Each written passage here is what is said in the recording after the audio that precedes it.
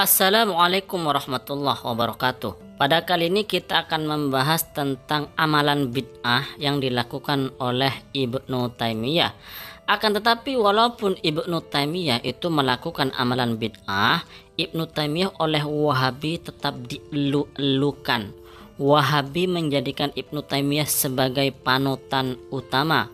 Sampai-sampai Ibnu Taimiyah juga dijuluki sebagai Syekhul Islam atau gurunya Islam, guru dalam Islam, seperti itu. Bahkan ada juga Syekh Wahabi atau Ustadz Wahabi, tokoh Wahabi yang menganggap bahwa Ibnu Taimiyah adalah ulama salaf atau sebagai wakil ulama salaf, sehingga orang yang tidak ikut Syekh Ibnu Taimiyah bisa jadi tidak disebut sebagai pengikut ulama salaf.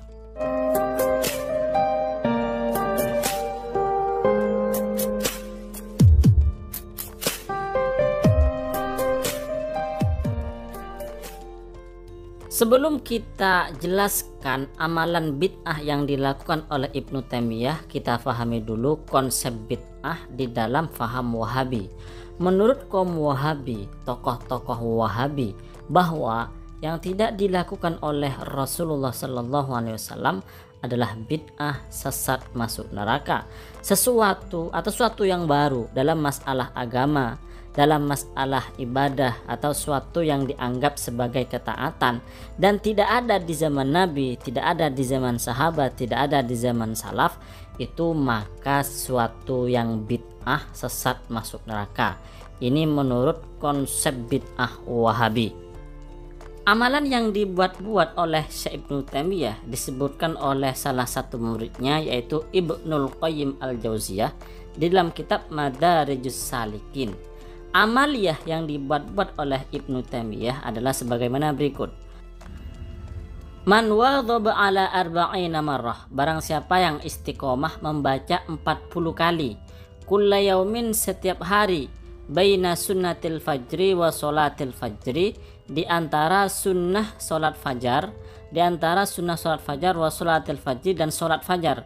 Apa yang dibaca? Ya Hayyu ya Qayyum, la ilaha illa anta birahmatika astaghits, hasolat lahu hayatul qalbi walam yamut qalbuhu, maka hatinya akan hidup dan hatinya tidak akan mati. Jadi menurut Ibnu Taimiyah, panutan Wahabi, bahwa orang yang membaca dzikir Ya Hayyu ya Qayyum, la ilaha illa anta birahmatika astaghits, di antara sunnah fajar dan salat fajar itu dibaca sebanyak 40 kali setiap hari, maka hatinya tidak akan mati, artinya hatinya akan terus hidup. Lalu coba kita amaliyah dari Syekh Ibnu Taimiyah ini kita pandang menggunakan logika Wahabi.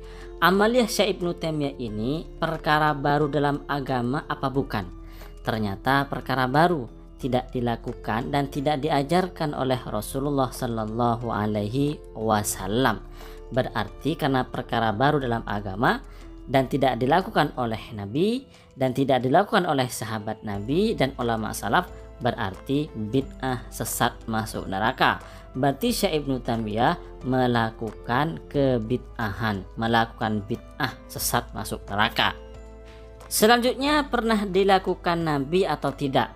Artinya Nabi pernah membaca Ya Hayyu ya Qayyum ila akhirih tadi itu sebanyak 40 kali setiap hari, dibaca antara sholat sunnah fajar dan sholat fajar. Pernah nggak Rasulullah melakukan seperti itu?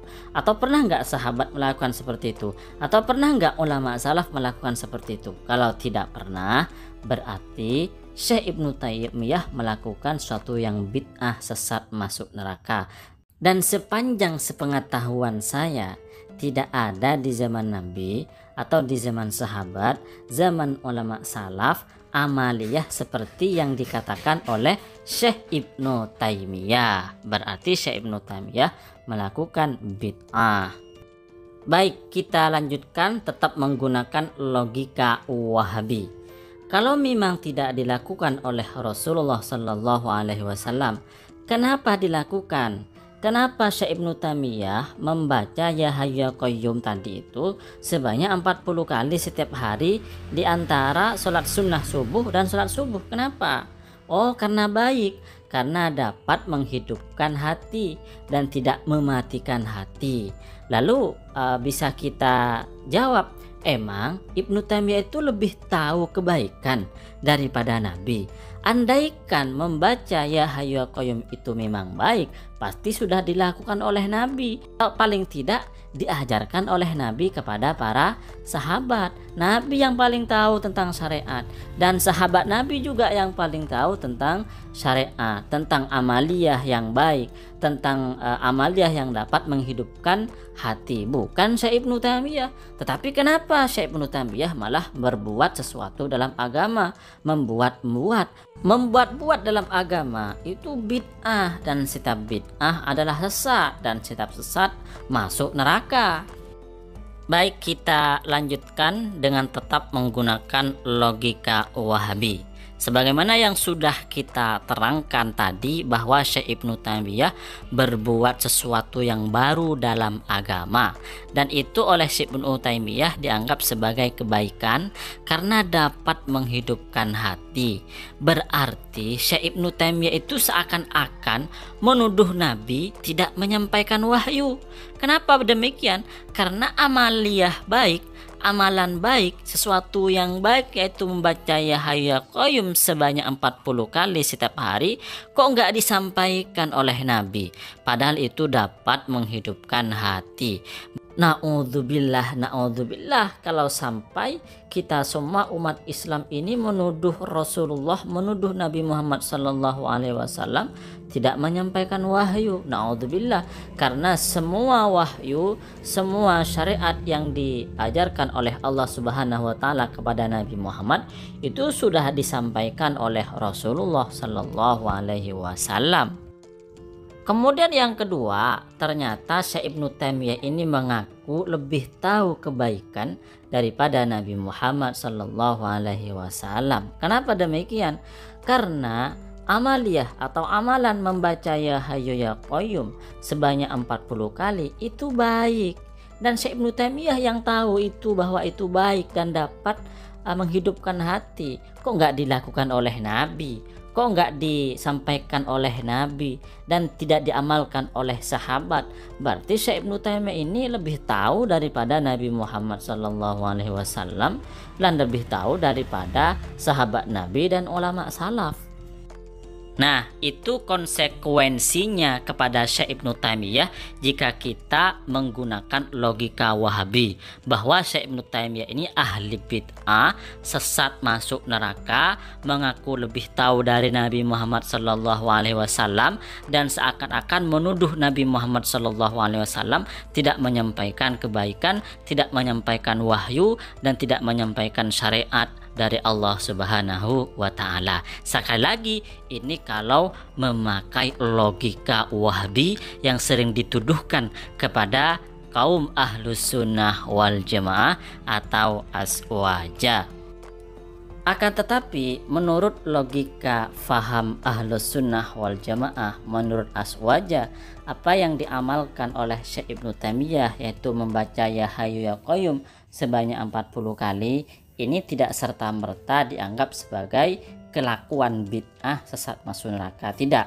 Karena menurut faham Ahlus Sunnah wal Jamaah begini, membaca Ya Hayyu Ya Qayyum atau zikir-zikir yang lain itu berapapun dan dimanapun itu boleh-boleh saja. Kenapa? Karena sudah ada dalil umumnya. Apa dalil umumnya?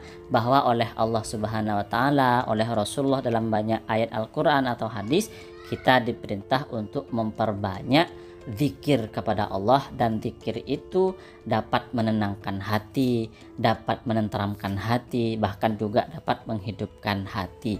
Jadi apa yang dilakukan oleh Syekh Ibnu Taimiyah itu sebenarnya tidak bertabrakan dengan dalil syariat, dalil Al-Quran atau dalil hadis. Itu sejalan, dan itu bukan bid'ah sebagaimana amalan-amalan Ahlus Sunnah wal Jamaah yang lain, misalnya membaca Yasin, membaca tahlil dan seterusnya.